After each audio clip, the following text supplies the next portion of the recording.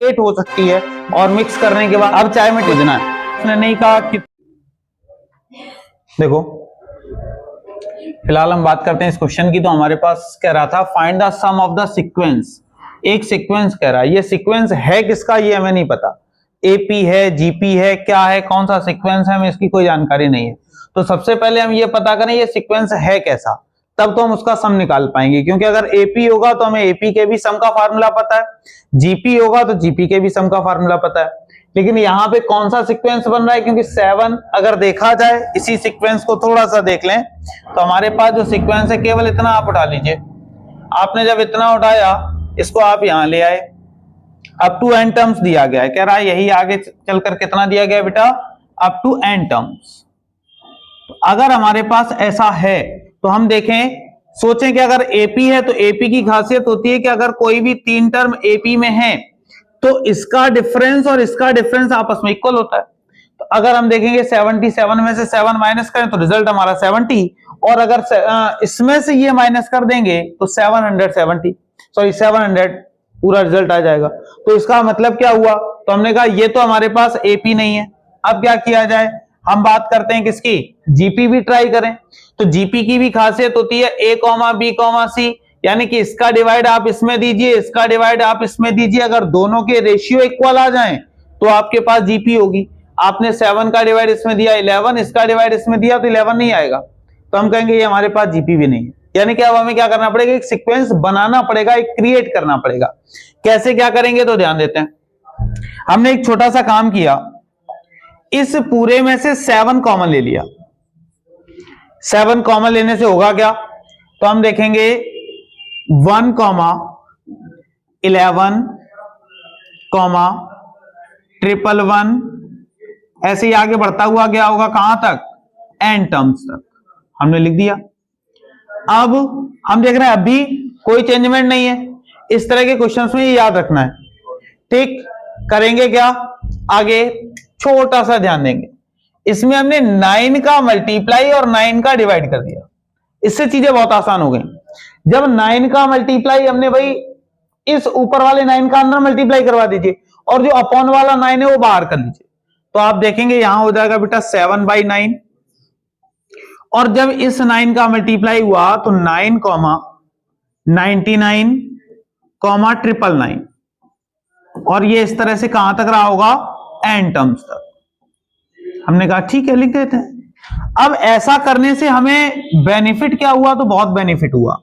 क्या बेनिफिट हुआ, तो हम इसको लिख सकते हैं, 9 को लिख सकते हैं 10 - 1, 99 को हम लोग लिख सकते हैं कितना, 100 - 1, और 999 को हम लोग लिख सकते हैं 1000 और -1, और अप टू एन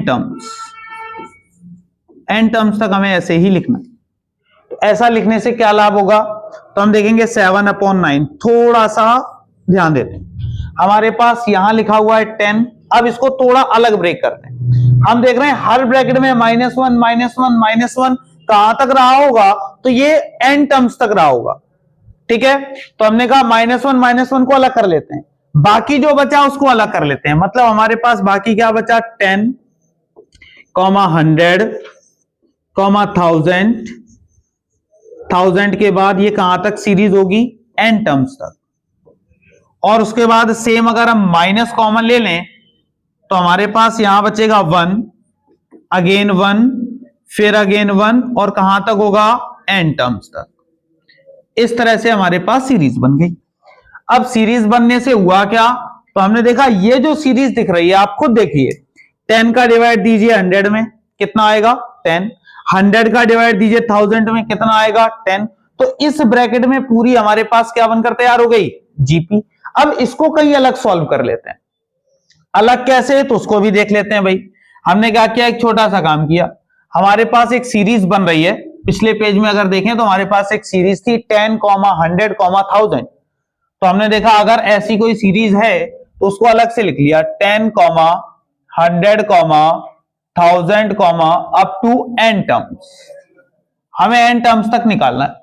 तो हमने कहा ये तो हमारे पास बन रही है जीपी, और जीपी के एन टर्म्स का फार्मूला अगर हम लिखें तो हमारे पास होता क्या है, ए r की पावर n-1 और अपॉन में r-1। ये तब यूज करेंगे जब हमारे पास r जो होगा वो 1 से क्या होगा, बड़ा होगा। तो यहां पे अगर हम देखें तो ये सबसे पहले दिखाई दे रहा था, ये हमारा फर्स्ट टर्म है, तो ये a हो गया। इसका डिवाइड आपने इसमें दिया तो जो r आ गया यानी कि रेशियो आ गया वो भी आपके पास 10 आ गया। तो आप कह सकते हैं कि जो रेशियो है वो 1 से बड़ा है, तो इसलिए आपने ये फार्मूला यूज किया। अगर रेशियो जो हो वो 1 से छोटा हो तो उल्टा कर देते हैं, मतलब 1 माइनस r की पावर n हो जाता है और यहां पे भी 1 माइनस r हो जाता है। तो ये दोनों वैल्यू उठा के यहां पुटअप कर दीजिए, तो आप देखेंगे Sn is equal to a, तो a की वैल्यू हमारे पास 10 ब्रैकेट में, r की पावर n तो हमने देखा 10 की पावर n -1 और अपॉन में कितना हो गया, तो यहां देखेंगे 10 -1। तो हमारे पास जो रिजल्ट आया वो 10/9 ब्रैकेट में 10 की पावर n-1। ये हमारा सम ऑफ n टर्म्स आ गए यहां से लेकर यहां तक। तो अगर हम पिछले पेज में देखें तो हमारे पास था क्या, यही सीक्वेंस लिखा हुआ था। तो 7/9 इसको सॉल्व करने पर कितना आया, तो हमारे पास आया 10 ब्रैकेट में 10 की पावर n-1 और अपॉन में 9। फिर हमने बात की इसकी, तो हमें पता है 1 को अगर 2 टाइम ऐड करें रिजल्ट 2 आता है, 1 को अगर 3 टाइम ऐड करें रिजल्ट 3 आएगा, 10 टाइम 10 आएगा, 100 टाइम 100 आएगा। यहां कितना है n टाइम्स, तो रिजल्ट हमारा कितना आ जाएगा, n आ जाएगा। कोई दिक्कत इतने में, बस इसको सॉल्व करना है। इसको कैसे सॉल्व करेंगे, तो इसके नीचे हमने क्या किया, एलसीएम 1, यही देख लेते हैं इसको। तो यहां देखेंगे 7/9, अब क्या हुआ, इसका और इसका एलसीएम लेंगे तो 9 हो जाएगा। यहां देखा 10 इंटू 10 की पावर n और इस 10 का अंदर मल्टीप्लाई तो माइनस में 10। यहां देखा ये हो जाएगा कितना, 9n, हमारे पास माइनस में कितना हो गया, 9n। अब रिजल्ट कितना आया, तो हमने देखा 7, ये वाला 9 बाहर निकालें तो 7/81। यहां कितना हो जाएगा, तो ये 10 की पावर 1 है, मल्टीप्लाई में पावर ऐड होती है, तो आप दोनों को ऐड करेंगे तो 10 की पावर n+1, उसके बाद माइनस में 9n और माइनस में 10, यही हमारा क्या हो जाएगा, आंसर हो जाएगा।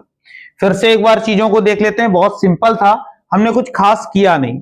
सबसे पहले हमें यह देखना था ये सीक्वेंस क्या है, एपी है या जीपी है, तो उसको देखने के लिए हमने देखा कि भाई कोई सीक्वेंस नहीं बन रहा। इस तरह का क्वेश्चन बहुत ज्यादा, सबसे ज्यादा ओलंपियाड में पूछा जाता है आपसे, ठीक। अब क्या हुआ, आपने 7 कॉमन लिया तो आप देखेंगे यहां 1, यहां 11, यहां 111, इस तरह की सीरीज। यहां 7 की जगह कोई डिजिट हो सकती है, 8 हो सकती है, 9 हो तो ज्यादा कुछ करना नहीं होता, लेकिन अगर 9 के अलावा कोई भी डिजिट होगी आप उतना कॉमन लेकर बाहर कर लेंगे। सपोज दैट यहां 8 की सीरीज बन रही होती, 8,8 P8, 888, इस तरह से एक सीरीज बन रही होती, तब भी आप क्या करते, यहां से 8 कॉमन लेते तो आप इस स्टेप पे आते। फिर आपको क्या करना पड़ता, 9 का मल्टीप्लाई 9 का डिवाइड। आप देखते हैं इस स्टेप पे आए, इसको हम लिख सकते हैं इस तरह से, और जब ब्रेक किया तो रिजल्ट हमारे पास ही आ जाता है। इतने में कोई डाउट। अब देखो उसके बाद फिर हम बात करते हैं नेक्स्ट क्वेश्चन की। तो अगर नेक्स्ट क्वेश्चन की बात करें तो ये हमारा एक सर्कल का क्वेश्चन है, ठीक है। बस ये याद रहे कि करने के तरीके क्या हैं, अगर हम तरीके भूल जाएंगे तो चीजें क्लियर नहीं होगी, और स्टेप बाय स्टेप चीजें चलोगे आपको बोर्ड में भी दिक्कत नहीं होगी। हर चीज स्टेप बाय स्टेप करो, अच्छा लगता है। एक छोटा सा एग्जांपल ले लेते हैं, आप स्टेप बाय स्टेप अगर नहीं भी चलेंगे तो बहुत सारी चीजें गड़बड़ हो सकती हैं। आपने क्या किया, घर में बैठे हैं, सोचा मन में आया एक काम करते हैं हम चाय पी लेते हैं। चाय पीने के लिए क्या किया, बढ़िया आपने बर्नर जलाया, ठीक है, हो सकता है बर्नर थोड़ा सा गड़बड़ जल रहा हो, लेकिन बर्नर जलाया, इस पे आपने एक बढ़िया चायदान बनाया या रखा। रखने के बाद फिर क्या किया, सबसे पहले आपने इसमें चाय पत्ती ऐड कर दी, ठीक है, ये जल रहा था तो चाय पत्ती ऐड कर दी। फिर थोड़ी देर बाद याद आया कि नहीं, हमें तो इसमें क्या करना चाहिए, अदरक भी डालना चाहिए, हमने अदरक डाल दिया, याद रखिएगा, ठीक। अदरक डालने के बाद फिर आपने कहा नहीं इसमें तो इलायची भी होनी चाहिए, हमने इलायची डाल दी। बाद में याद आया नहीं बिना दूध के तो कुछ होना ही नहीं है, तो हमने देखा इसमें दूध भी डाल देते हैं, ठीक। फिर देखा कि जब हम बिल्कुल छानने जा रहे थे तो हमने क्या किया, अब क्या किया जाए, तो फिर थोड़ी देर बाद याद आया अरे नहीं इसमें हमने चीनी तो डाली नहीं, लास्ट में हमने क्या मिक्स कर दी, चीनी। और मिक्स करने के बाद बढ़िया एक बर्तन लिया, सपोज दैट हमने कहा भाई ये जो बर्तन आप ले रहे हैं सिल्वर का बर्तन ले लिया, क्या ठीक, सिल्वर का बर्तन लेने के साथ साथ इसमें क्या किया, ऊपर गोल्ड की छलनी लगा दी जिससे आपको छालना है। आपने कहा ये प्रोसेस बहुत बढ़िया की, किसी को भी आप रखेंगे बहुत अच्छा लगेगा, लेकिन बाकी जो प्रोसेस की क्या वो सही थी?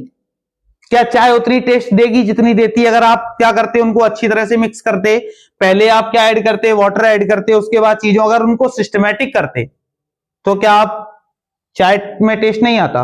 लेकिन अब चाय में टेस्ट कैसा आएगा? ये तो आपने बहुत अच्छा सिस्टमैटिक किया कि आप क्या कर रहे हैं, एक सिल्वर का कप दे रहे हैं, उसके ऊपर गोल्ड की प्लेट रख रहे हैं, सामने वाले को रखने के लिए ऊपर से गोल्ड की प्लेट, तो आप कहेंगे अरे बहुत अच्छी, लेकिन जब उसका टेस्ट देखेंगे तो कैसा होगा? टेस्ट होगा? नहीं होगा। सेम हमारी स्टडी होती है, अगर हम सिस्टमैटिक लेकर नहीं चलेंगे तो कुछ नहीं होना है, उसके लिए हमें सिस्टमैटिक लेकर चलना होता है। पहले हम चैप्टर वाइज रिवीजन करें, फिर हम एक साथ अनसॉल्व्ड पेपर उठाएं तब रिवीजन करें। हम क्या करते हैं, पहले हमें इंपॉर्टेंट पता हो, केवल हमें एग्जाम देना है, तो ऐसा नहीं है। पहले हमें क्या होना चाहिए, अपनी बुक आनी चाहिए, बुक आने के बाद फिर एक दो अनसॉल्व पेपर आप लगाएंगे तो उससे क्या होगा, प्रैक्टिस अच्छी होगी। तो वही चीजें अगर आप सिस्टमैटिक नहीं करेंगे आगे चल के प्रॉब्लम क्रिएट होगी। फिलहाल हम लोग बात कर रहे थे क्वेश्चन की। हमारे पास क्वेश्चन है एक सर्कल का, बहुत सिंपल सा क्वेश्चन है, बस चीजों को समझना है। कह रहा है find the equation of circle of radius कितनी दे रखी है, कह रहा है 5 विच टच द अनदर सर्कल, दूसरे सर्कल को टच करता है। तो हमने एक काम किया, एक ऐसा फिगर बना देते हैं जिसमें दो सर्कल एक दूसरे को टच कर रहे हो। हमने कहा एक सर्कल हमने कुछ इस तरह से बना लिया, हमने कहा एक हमारे पास सर्कल ये है, इसी को हम क्या करते हैं, डबल कर देते हैं, थोड़ा सा बड़ा कर देते हैं, और कह रहा था इसको टच करता है, या हमने कहा इसी को ले लिया, डबल किया, टच कर रहा था, ऐसा उसने नहीं कहा कितनी जगह टच करता है, क्या करता है, कह रहा केवल टच कर रहा है, हमने इस तरह से टच करवा दिया। अब एक सर्कल है तो भाई सर्कल है तो जाहिर सी बात है उनके सेंटर भी होंगे, तो हमने कहा यहां कहीं सेंटर है। कह रहा है एक सर्कल है उसकी रेडियस 5 है, तो हमने कहा यहां से यहां तक रेडियस जो हो गई वो 5 हो गई। फिर दूसरा सर्कल क्या कह रहा था वो हमें नहीं पता, हमसे कह रहा था टच कर रहा है जिस पॉइंट पर, वो पॉइंट हमें दे रखा है 5,5, यानी कि ये वाला जो पॉइंट है हमने कह दिया ये P पॉइंट है, ये किस पर दिया गया, 5,5 पर। अब हमें इसके ना तो सेंटर पता है ना इसका सेंटर पता है, लेकिन हमें दूसरे वाले सर्कल की क्या पता है, इक्वेशन। और अगर हमें इक्वेशन पता है तो हम वहां से रेडियस भी निकाल सकते हैं और सेंटर भी निकाल सकते हैं। कैसे निकाल सकते हैं तो थोड़ा सा ध्यान देंगे। हमने कहा हमारे पास इक्वेशन जो दी गई है वो सर्कल की फॉर्म में है, सर्कल की फॉर्म में, तो सर्कल की इक्वेशन होती है बेटा x square plus y square plus में 2gx प्लस में 2fy और plus c is equal to 0। तो आप देखेंगे यहां पे 2g वैल्यू हमारे पास आ जाएगी -2। ऐसे ही हमने देखा g की वैल्यू जो आ गई वो -1 आ गई। सेम हमने देखा 2f इज इक्वल टू हमारे पास -4, तो f की जो वैल्यू आ गई वो -2 आ गई। ऐसे ही c हम निकालेंगे तो c की वैल्यू हमारे पास आ जाएगी -20।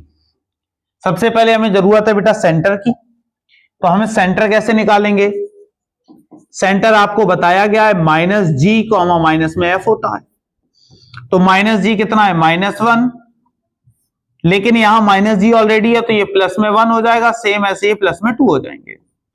फिर हमें बताया गया रेडियस भी हम निकाल सकते हैं। रेडियस का एक फार्मूला होता है रूट के अंदर, G square plus F square minus में सी। अगर आप सभी वैल्यूज को रख दें, जी स्क्वायर तो जी की वैल्यू -1, स्क्वायर करेंगे आप +1 पाएंगे, एफ स्क्वायर एफ की वैल्यू -2, ये हो जाएगा +4, और माइनस सी तो सी की वैल्यू ऑलरेडी थी, ये हो जाएगा प्लस में 20। आप देखेंगे आपके पास रूट के अंदर आ गया 25, तो जो आपकी रेडियस आ गई वो इसकी भी 5 आ गई, यानी कि रेडियस दोनों की 5 है। तो हमने कहा भाई इसका सेंटर, तो इसका सेंटर हमारे पास आया है 1,2। रेडियस हमें दे रखी है ऑलरेडी, यहां से लेकर यहां तक कितनी है, 5, ये भी 5 थी, ये भी 5 थी, टोटल डिस्टेंस जो हो गई वो 10 हो गई। और हमने कहा इसके सेंटर, तो इसके सेंटर हमें पता नहीं है, तो हमने इसके सेंटर को लेट कर लिया कि ये x, y होंगे, या आप x, y ना लेट करें, थोड़ा सा चेंज कर दें, इसको कहते हैं अल्फा, बीटा होंगे। अगर हम इसका सेंटर निकाल लें, रेडियस पता है, हम आसानी से इक्वेशन निकाल सकते हैं। अब सेंटर कैसे निकलेगा, तो आपके पास दो तरीके हैं, या तो आप सेक्शन फार्मूले का यूज कर सकते हैं, और अगर आप सेक्शन फार्मूले का यूज नहीं करते हैं तो आप देख रहे हैं कि यहां से यहां तक 5 यूनिट, यहां से यहां तक 5 यूनिट है, तो इसका मतलब है जो P रहा होगा वो आपका मिड पॉइंट रहा होगा, और P अगर मिड पॉइंट है तो आप मिड पॉइंट फार्मूले का भी यूज कर सकते हैं। तो आपने कहा मिड पॉइंट का यूज करना ज्यादा आसान है, लेकिन हमें ये पता नहीं हुआ एग्जैक्टली कहां टच कर रहा है। मिड पॉइंट से करके देख लेते हैं, बहुत ज्यादा आसान हो जाएगा। तो हमने कहा ये जो अल्फा बीटा है वो x1 y1 का काम करेगा, ये हमारा x2 y2 का काम करेगा, और ये x और y का काम करेगा। तो हमने देखा मिड पॉइंट फार्मूला होता क्या है, तो हमने कहा x is equal to x1 plus x2 upon 2, same ऐसे y is equal to y1 plus y2 upon 2, उठा के वैल्यू रख दीजिए। तो x is equal to x1 हमारे पास कितना, x की वैल्यू कितनी है 5, is equal to x1 alpha, x2 हमारे पास 1 अपॉन में 2। आप देखेंगे 2 इधर होगा 10 हुआ, 1 को इधर लेकर आए तो अल्फा की वैल्यू जो थी वो 9 आ गई। सेम ऐसे y की वैल्यू आप 2 रख दीजिए, y1 आपके पास बीटा है, y2 आपके पास 2 है और अपॉन में 2 हो गया। तो आप इधर ट्रांसफर करेंगे होगा 4 होने के बाद फिर क्या हुआ, सॉरी यहां पे 1 था, x की वैल्यू जो सॉरी 5 ही है, यहां y की वैल्यू भी 5 है। तो अगर आप 2 इधर रखेंगे तो ये हो जाएगा 10 में से 2 माइनस करेंगे तो बीटा की जो वैल्यू है वो 8 आ जाएगी। ये जो अल्फा और बीटा हैं ये आपके सेंटर है, और सेंटर होते क्या थे बेटा, तो सेंटर होते थे h, k। तो आप देखेंगे ये आ जाएगा 9,8। रेडियस आपको ऑलरेडी पता है कितनी है 5 यूनिट। तो इक्वेशन ऑफ सर्कल निकालना आसान है। हमने कहा इक्वेशन ऑफ सर्कल, फार्मूला हम लोगों ने पढ़ा हुआ है। क्या होता है इक्वेशन ऑफ सर्कल का, थोड़ा सा ध्यान देंगे। तो इक्वेशन ऑफ सर्कल का फार्मूला होता है x माइनस एच का whole of square plus y minus k का होल ऑफ स्क्वायर और इक्वल में रेडियस और उसका भी स्क्वायर। सभी की वैल्यू रख दीजिए आप देखेंगे x माइनस एच, तो h की वैल्यू 9 है, होल स्क्वायर हो गया, प्लस y, तो y की वैल्यू आपके पास गिवन नहीं है, k की वैल्यू 8 है, उसका भी स्क्वायर, और इज इक्वल टू में रेडियस, तो रेडियस आपके पास 5 है, और 5 का जब स्क्वायर करेंगे तो 25। आप यही आंसर लिख के छोड़ दीजिए, या फिर आप क्या कर सकते हैं, इसको एक्सपेंड भी कर सकते हैं, आवश्यकता नहीं है, आप यहीं छोड़ देंगे। बात समझ में आ गई? ठीक है, नोट कर लीजिए।